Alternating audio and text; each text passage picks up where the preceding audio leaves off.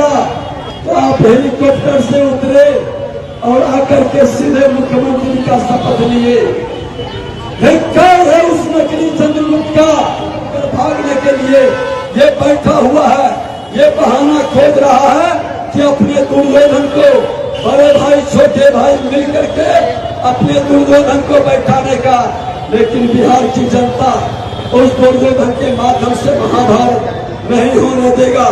हर तबका के लोग उस जंगल राज से, उस अपराधी से लड़ा था। मैं भी पहला चुनाव लड़ने गया था, 23 मोस्ट वांटेड क्रिमिनल से लड़ा था। आप ये भूल गए कि सड़क में भी आवाज दबाओगे और सड़क पर भी लाठियों की बौछार से आवाज दबाने का प्रयास करोगे।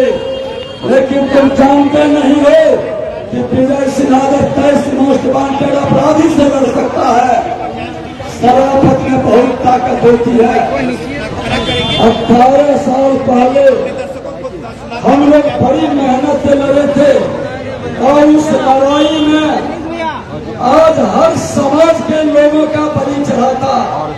सबकी लहू बही थी। यही पटना की धरती है।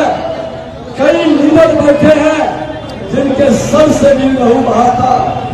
मुख्यमंत्री नीतीश कुमार जी, आप धृतराष्ट्र की भूमिका में हैं और आपको पता नहीं है उस जंगल राज का, जहां सैकड़ों विधवाएं चूड़ियां फोड़ती थी, मांग का सिंदूर पचाता था।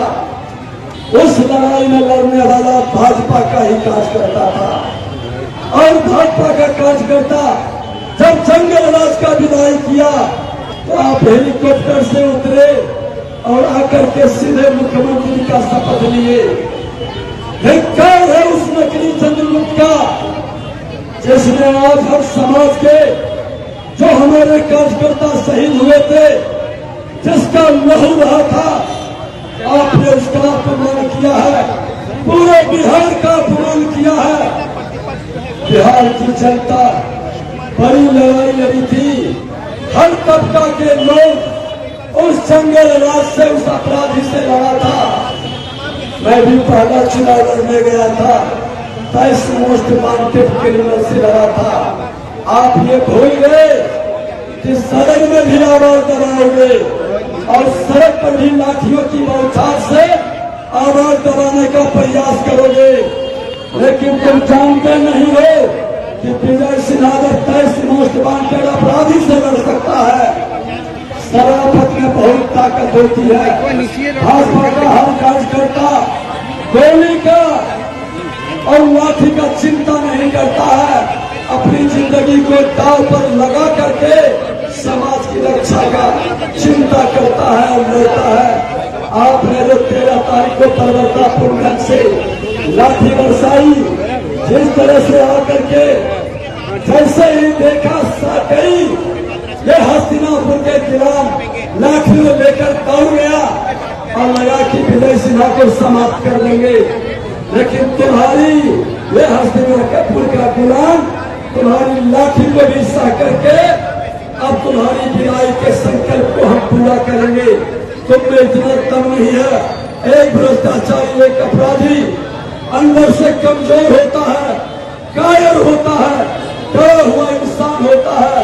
वह डर करके इस तरह का काज करता है, लोकतंत्र की हत्या करता है, अघोषित सदन से सड़क तक आपातकाल लगा रहा है। अरे हस्तिनापुर के गुलामों, तुम कैसे भूल गए कि सत्ता बदलते रहती है। जिस दिन सत्ता बदलेगी, हमारे कार्यकर्ता की हत्या करने वाले, मेरे कार्यकर्ता पर लाठी बरसाने वाले, सीसीटीवी फुटेज भी है, प्रेस मीडिया, सोशल मीडिया में सारा कवरेज आ रहा है, जिसका चेहरा आ रहा है सबको चिन्हित करके निकालेंगे। और तुम्हारी खैरियत अब तुमको समझ में आएगा कि गलत करने वाले, धृतराष्ट्र के इशारे पर महाभारत करने वाले का किस तरह से दुर्दशा होता है। विजय सिन्हा भूलता नहीं है। तुम्हारा निमंत्रण को हमने स्वीकार किया है और ये लड़ाई सड़क से सदन तक हम लड़ेंगे। तुमने लाठी बरसाया, तुम गोली भी बरसाओगे। तुम्हारी विदाई तक भाजपा का एक भी कार्यकर्ता जिंदा रहेगा। तुम्हारी अंत करने के लिए काफी है। घबरा गए हो।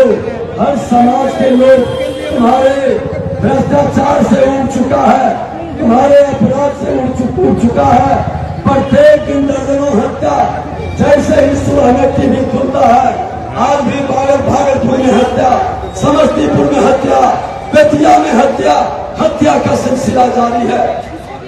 कहा सरकार तुम्हारी सुशासन के लिए लाया था, लेकिन तुम वह नकली चंद्रगुप्त निकला, वह बिहार के जनादेश का अपमान किया और उसी भ्रष्टाचारी के साथ गलबहियां कर दिया।